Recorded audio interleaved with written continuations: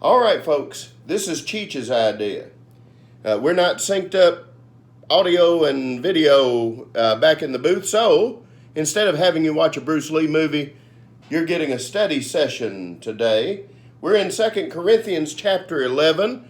For Larry Toombs, if you're here at 2 Corinthians chapter 11, not 1st, I am taking the Mary Alice to Franklin to the doctor this afternoon.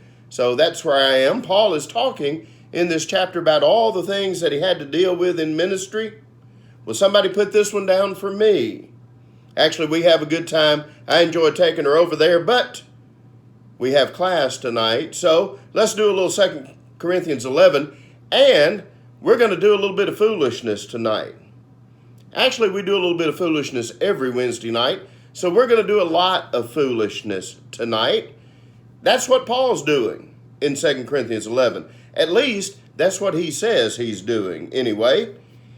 The Corinthians have put up with Paul's detractors in a way that Paul's not too happy about.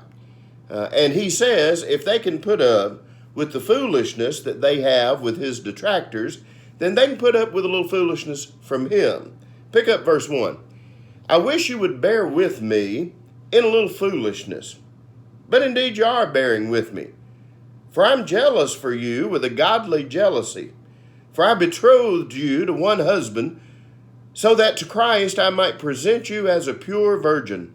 But I'm afraid that as the serpent deceived Eve by his craftiness, your minds will be led astray from the simplicity and purity of devotion to Christ. For if one comes and preaches another Jesus, whom you've not received, or you receive a different spirit, which you've not received, or a different gospel, which you've not accepted, you bear this beautifully. Paul mixes a few metaphors in this section. He compares his ministry with the Corinthians as a wedding, that he brought them together with Jesus. He's like the preacher that officiates at a wedding, one of our favorite things to do, even though nobody really listens to us in a wedding. They're all concerned about the bride and how the bridesmaids look and all of that. But it's a happy occasion, and it was a happy occasion for Paul to bring Christ to the Corinthians and to present the Corinthians to Christ as a bride. But just like happened in the garden, they've been deceived. To reach back to the Garden of Eden, you know Paul takes this pretty seriously. He believes that what his detractors are doing with the Corinthians is tantamount to what Satan did in the garden. Remember, that threw humanity off track.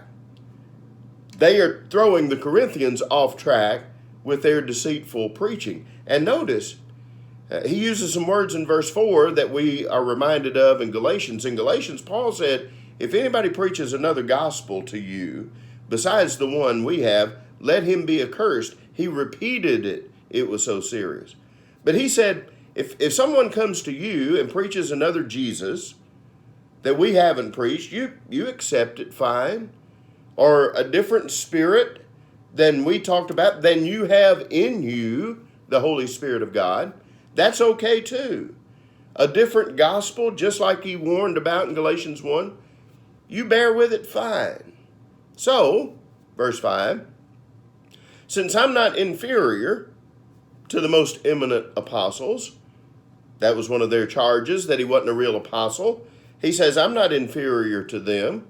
If you're thinking Peter, James, John, whomever, I'm on par with them.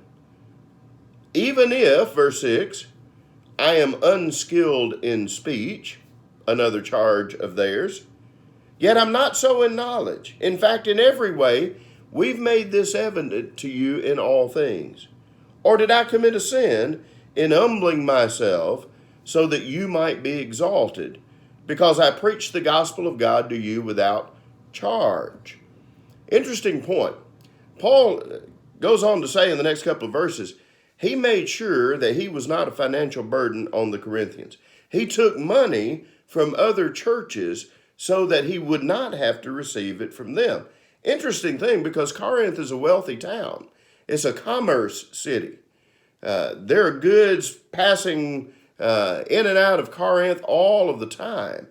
And so there's a lot of money there. He mentioned back in chapter 8 and 9 that Macedonia, where he had come from, they were actually very poor. But out of their poverty, they gave to him. Macedonia is one of the churches that he borrows from so that he doesn't have to charge the Corinthians. An interesting point. I've been taught, and you've probably seen this in experience as well, people do not value what's given to them. If something's free, then it's not always valued as it should be. I've been told that about counseling. I've had older preachers and counselors tell me, charge something, because if counseling is free, people will not value it. Now, I don't charge for counseling, but I have seen that principle. It's not valued the same as it would be if you went to an agency and you had to pay or your insurance was involved. I think that principle is right. And Paul, in not charging the Corinthians, and even borrowing from other churches so that he didn't have to, they didn't value. They're not valuing, at least, what he did for them in his teaching. Verse 8, I robbed other churches by taking wages from them to serve you. And when I was present with you and was in need, I wasn't a burden to anyone. For when the brethren came from Macedonia, they fully supplied my need. And in everything I kept myself from being a burden to you, and will continue to do so. May not have been a wise thing, looking back on it. Notice again, the poor folks from Macedonia are the ones who supplied his needs, not the Corinthians, and they are not valuing what they received for free. Verse 10.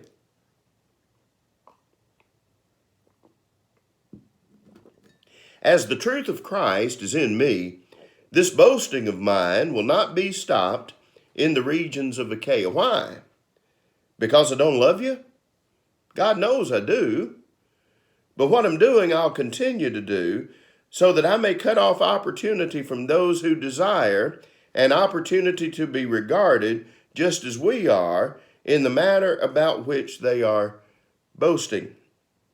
For such men, the ones that are detractors, the ones that are criticizing Paul and trying to lead the Corinthians away, he says these are false apostles, deceitful workers, disguising themselves as apostles of Christ.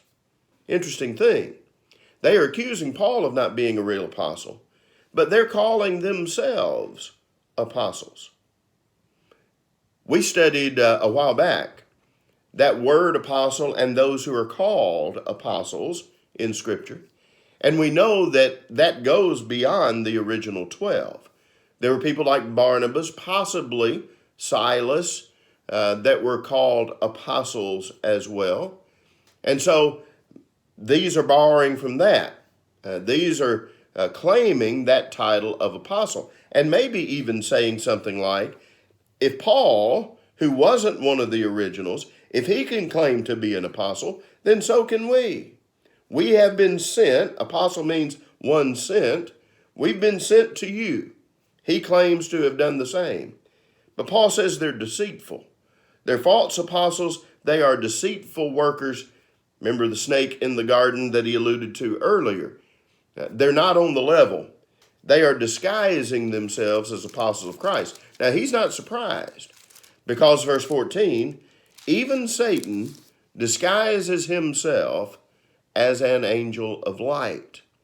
We always have to be on guard with the enemy. Now, one of the things that I always talk about, I think sometimes we give Satan too much credit.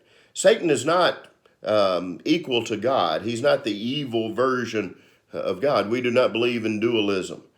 Satan is not omniscient. He's not omnipresent. He has his own messengers, but he's not God. And as long as I'm with God, I don't have to worry about him a whole lot. I worry a lot more about that guy in the mirror than I do about Satan, or in this case, the guy in the phone who's looking back at me. But we are aware that Satan's message does get out. And he is at least smart enough, even though he's not omniscient, he's smart enough to disguise himself. He didn't come to Eve in a straightforward way. He approached her in a deceitful way. That's the way he does. He presents himself as one who's on your side, one who's looking out for your best interest. He presents himself, according to this verse, as an angel of light. But he is anything but. He is always deceitful.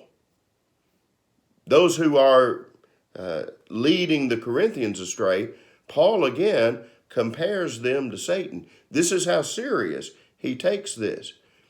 Even Satan disguises himself as an angel of light. So you have to be sure that you're on the Lord's side.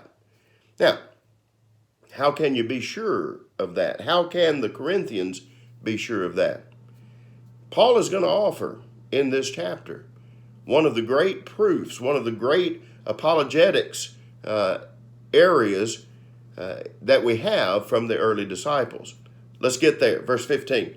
Therefore, it's not surprising if his servants, Satan's servants, also disguise themselves as servants of righteousness, whose end will be according to their deeds. They will get theirs eventually.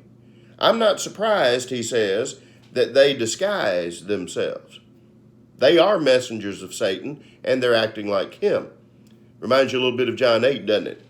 Remember that there is a Jewish audience Jesus is speaking to, and they are believers in him.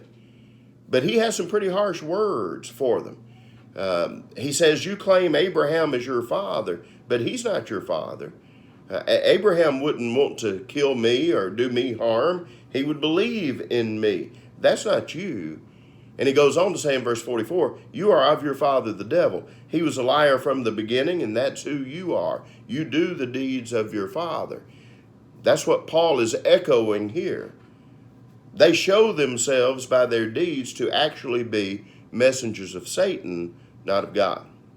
Again I say, verse 16, let no one think me foolish, but if you do, receive me even as foolish, so that I may boast a little. What I'm saying, I'm not saying as the Lord would, but in foolishness, in this confidence of boasting. Since many boast according to the flesh, I'll do the same. For you being so wise, tolerate the foolish gladly. Hear the sarcasm, don't you? For you tolerate it if anyone enslaves you, anyone devours you, anyone takes advantage of you, anyone exalts himself, anyone hits you in the face. Pretty harsh. He's saying the Corinthians are as gullible as they come. Someone can come slap them in the face. They will endure it. Take advantage of them. That's what the detractors are doing. They are mistreating the Corinthians, but the Corinthians are not recognizing it. So, he's going to get into a little bit of this resume comparison, but he's going to do it a little differently. Verse 21.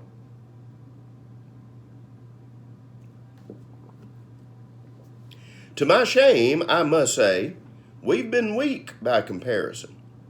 Again, sarcasm.